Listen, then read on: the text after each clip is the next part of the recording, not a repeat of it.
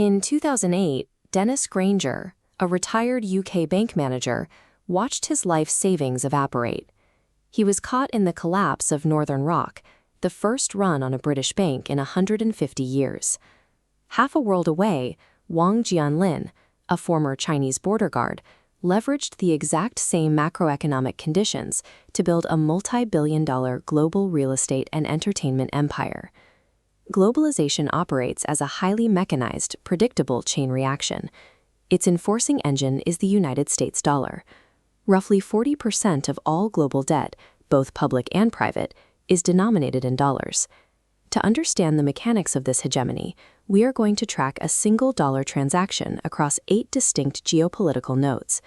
Tracing this single bill proves how a routine domestic purchase in the U.S. mechanically dictates foreign monetary policy, funds international infrastructure, and triggers global asset inflation. The circuit begins with a routine transaction. A consumer buys a cheap electronic radio at a Walmart in Texas. Walmart sustains this low-price model by operating on razor-thin margins, extracting roughly 3 cents of profit for every dollar spent. Maintaining that margin requires an absolute reliance on overseas wage arbitrage. Since the 1990s, the resulting shift in production has eliminated 4.5 million manufacturing jobs within the United States. The physical dollars from that Texas purchase travel across the Pacific to Beijing. Here, the People's Bank of China intercepts the American currency, issuing local yuan to the domestic factory that built the radio. This flowchart illustrates the cycle. By actively absorbing and hoarding inbound dollars, the Chinese central bank artificially suppresses the value of the yuan. This ensures Chinese exports remain irresistibly cheap for American buyers. The central bank cannot simply sit on a $3 trillion reserve. It deploys that capital by purchasing United States government treasury bonds, funneling the money directly back into the American economy. Attempting to break this loop through protectionism rarely achieves its stated goal. In 2018, the U.S. imposed sweeping tariffs on imported steel. Because modern supply chains are heavily integrated, those tariffs functioned primarily as a tax on American consumers, while prompting retaliatory cancellations, like Beijing halting orders for 60 million tons of American soybeans. This creates a closed financial loop, where China requires American debt to keep its factories running, while American consumers require Chinese capital to keep their borrowing costs sustainable. Both nations are participants in a mandatory, self-reinforcing dependency. But China does not channel its entire dollar surplus back into American debt. Our tracked dollar routes next to Lagos, Nigeria. Beijing leverages its immense dollar reserves to execute foreign direct investment, aggressively projecting infrastructural dominance into resource-rich nations. We see this in the $12 billion Nigerian Coastal Railway project, financed and constructed by the China Railway Construction Corporation. Nigeria possesses some of the highest-grade oil on the planet, but it severely lacks the internal infrastructure required to extract and transport those resources efficiently. The strategic trade-off is stark. Nigeria receives modern rail networks that cut freight times in half. In exchange, it absorbs significant debt obligations to Beijing, while its local markets are simultaneously flooded with cheap Chinese consumer goods. From Nigeria, the capital flows to India, financing the importation of 1 million tons of basmati rice to feed the growing West African population. India operates on a strict economic contrast. A highly advanced IT service sector capable of optimizing retail logistics for stores in Texas sits atop a severely undercapitalized, low-yield agricultural base. To force capital out of the untaxed, informal agricultural economy and into the modern banking sector, the Indian government executed a sudden demonetization in 2016, invalidating its 500 and 1,000 rupee notes overnight. This push for internal modernization creates a vast demand for construction materials.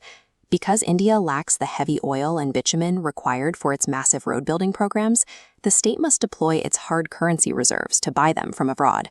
This pulls our tracked dollar toward Mason, Iraq. Here, the dollar enters the shadow of the petrodollar system.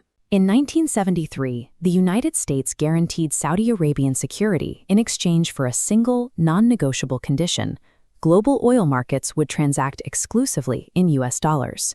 The influx of oil wealth triggers the paradox of plenty, or Dutch disease.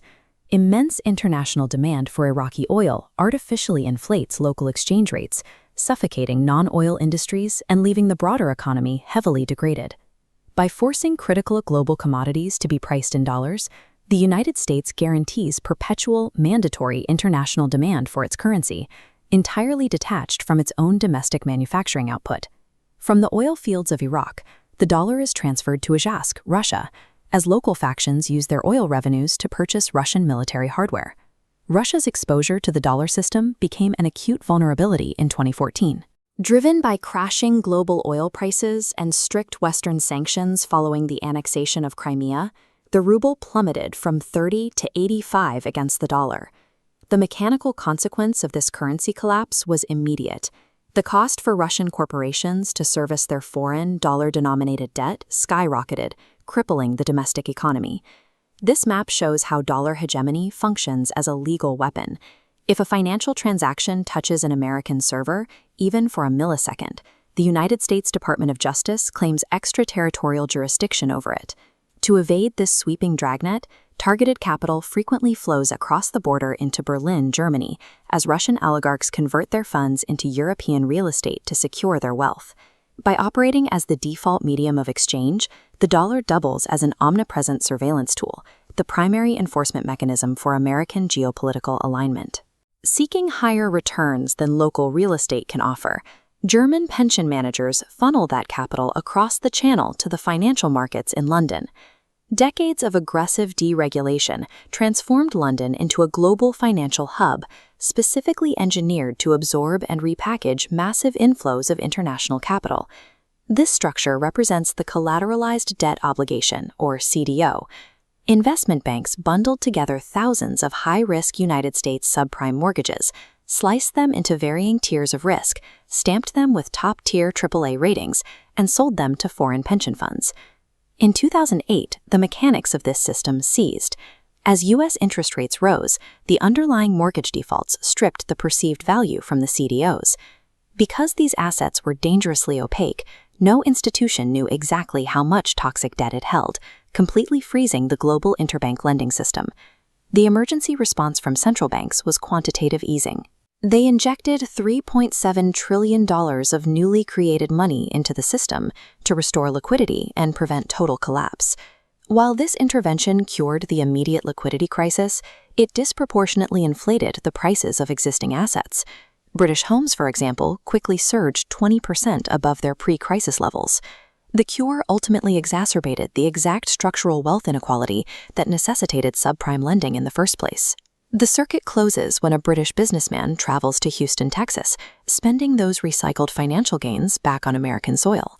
A single consumer purchase at a Texas big box store triggers a chain reaction that directly finances Chinese factories, African infrastructure, Indian agriculture, Middle Eastern oil, and European financial derivatives.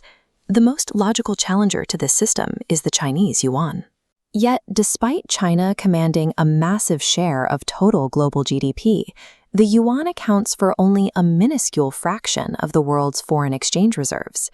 The structural hurdles preventing the yuan from achieving true reserve status are severe. The currency lacks full international convertibility, the central bank refuses to permit a free-floating exchange rate, and the state operates with a steep deficit of institutional soft power. The current regime grants the United States an exorbitant geopolitical privilege. It also locks the global economy into an inescapable cycle of cheap credit, debt accumulation, and asset inflation. Until a structurally viable alternative can successfully guarantee international trust, the world remains tethered to the almighty dollar.